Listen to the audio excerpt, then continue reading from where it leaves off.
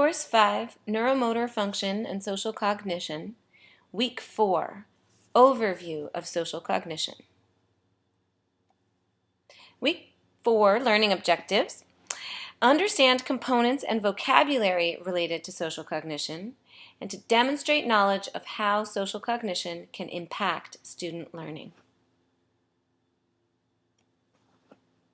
Broadly, social cognition is defined as thinking about relating. As Dr. Craig Pullman described in his video, social cognition includes both verbal and nonverbal dimensions. Verbal pragmatics involves the use and understanding of language within social contexts, and nonverbal pragmatics is focused on the behaviors and nonverbal tactics that foster optimal relationships with others. Of course, these two dimensions work in concert and support each other for individuals with strengths in social cognition. However, for individuals with weak social cognition, it can be really helpful to keep the distinctions between these two dimensions in mind to help you hone in on the most pressing challenges and to identify the best possible supports when necessary. On the next several slides, I'll talk you through the 6 components of social cognition we're using to think about the construct of social cognition in this course. Note that the intention is not to summarize social cognition or compartmentalize aspects of the construct, but rather to offer a lens through which to observe students and understand which features of social cognition are presenting difficulties or which features present strength. The first 2 components are described here: comprehending how complex emotions operate and recognizing emotions in ourselves and in others. Interacting with others to offer social support or engage in conversation and play depends, in large part, on comprehending emotions themselves and recognizing the signs and signals of these emotions in the moment.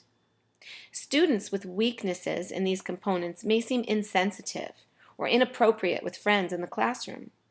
For example, a student with difficulty comprehending and recognizing the emotion of frustration may laugh at another student's struggle, or may react with anger when a friend jokes or kids.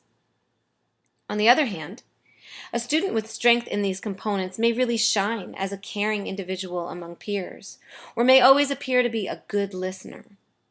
These students may also exhibit strength in interacting with adults and engaging in grown-up-like conversations about feelings, emotions, and friendships.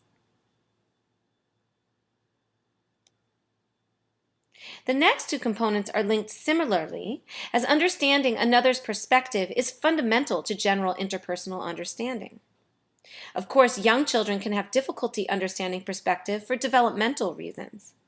But if an older elementary, middle school, or high school student struggles with taking the perspective of another person, real social challenges can emerge.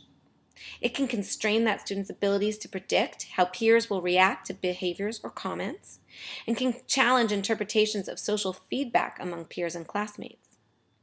For older students struggling with these components, direct work to take on a perspective from someone else's side can be quite helpful. For example, explicit attention to an author's or a character's perspective in literature can support social understanding, as can opportunities in classroom tasks to role play or debate.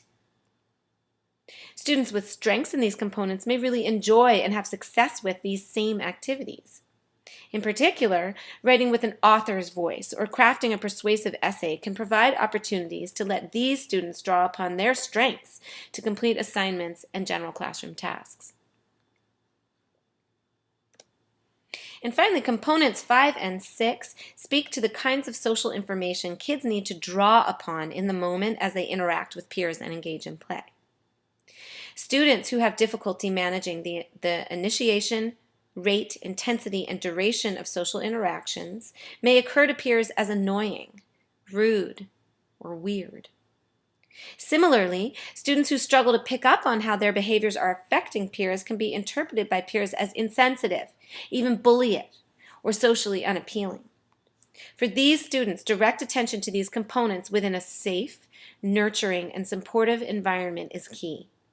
Making these components of social cognition explicit for students can really help with those challenges, but it is important also that peers are able to make space for their other peers to develop and grow in this area without fear of ridicule. Creating a classroom environment that supports diversity of all kinds is especially helpful for this endeavor. So please keep these components, these 6 components in mind as you complete the assignments for this week.